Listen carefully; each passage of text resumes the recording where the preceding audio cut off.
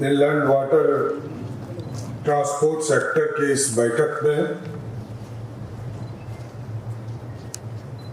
देश के यशस्वी प्रधानमंत्री जी के साथ काम कर रहे असम के पूर्व मुख्यमंत्री और लोकप्रिय नेता माननीय सर्बानंद सोनोवाल जी, भारत सरकार के कपड़ा मंत्री आदरणीय गिरिराज सिंह जी, हम लोगों के साथी आदरणीय उप मुख्यमंत्री विजय सिन्हा जी, माननीय सांसद पूर्व मंत्री भारत सरकार रविशंकर जी, हम लोगों के वरिष्ठ मंत्री और बिहार के बारे में जैसा डिटेल आपको अभी बताने का काम किया आदरणीय विजय कुमार चौधरी जी, उत्तर प्रदेश के मंत्री आदरणीय दयाशंकर जी, हमारे बिहार सरकार की मंत्री आदरणीय शीला मंडल जी, बंगाल के मंत्री आदरणीय मानस जी, भारत सरकार के सभी पदाधिकारीगण, बिहार विधान परिषद के सदस्य आदरणीय दिलीप जायसवाल जी, सम्मानित मंच और मंच के सामने उपस्थित जल मार्ग से संबंध में बिहार क्योंकि नदियों का प्रदेश है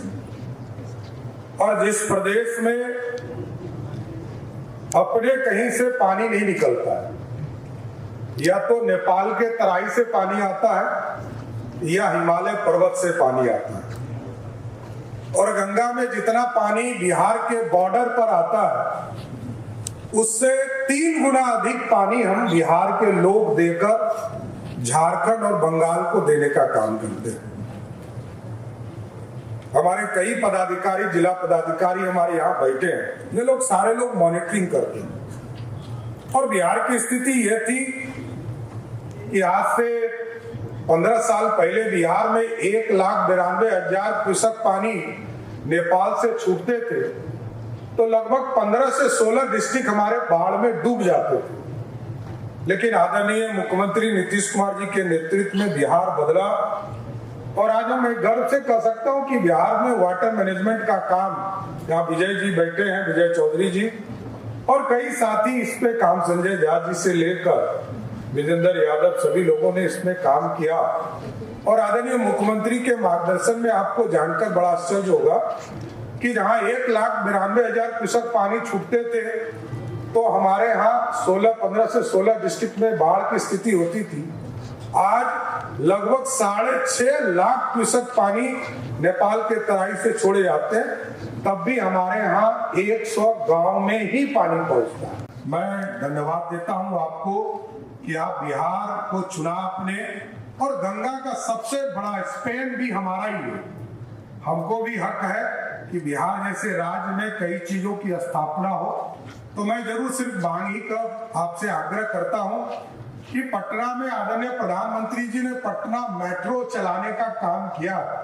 आपसे आग्रह करूंगा कि पटना वाटर मेट्रो चलाने की कृपा करें, जिससे बिहार में ट्रांसपोर्टेशन का काम हो सके, क्योंकि यही एक रास्ता है जो सबसे सस्ता है। और आपके माध्यम से, आपके सहयोग से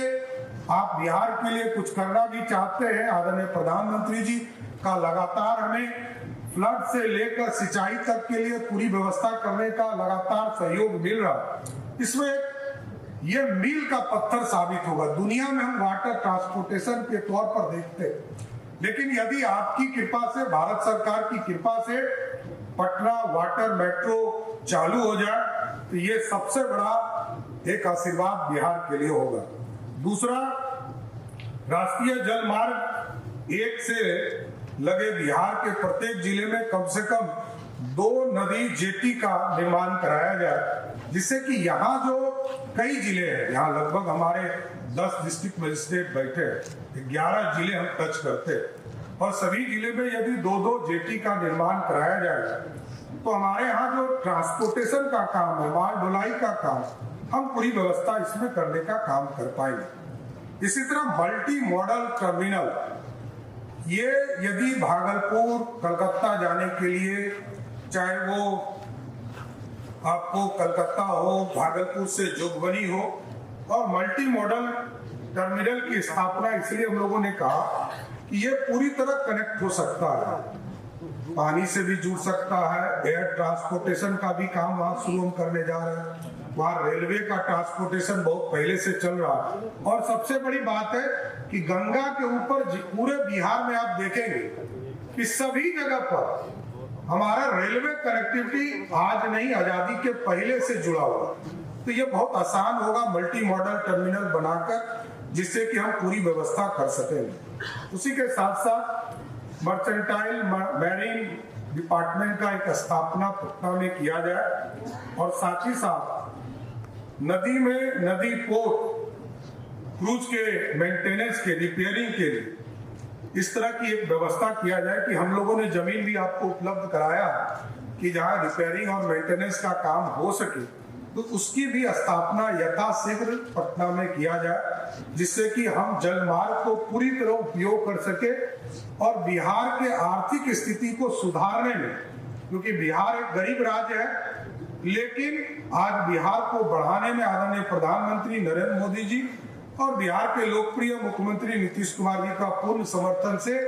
बिहार पूरी तरह बढ़ रहा। इसमें जल मार्ग से,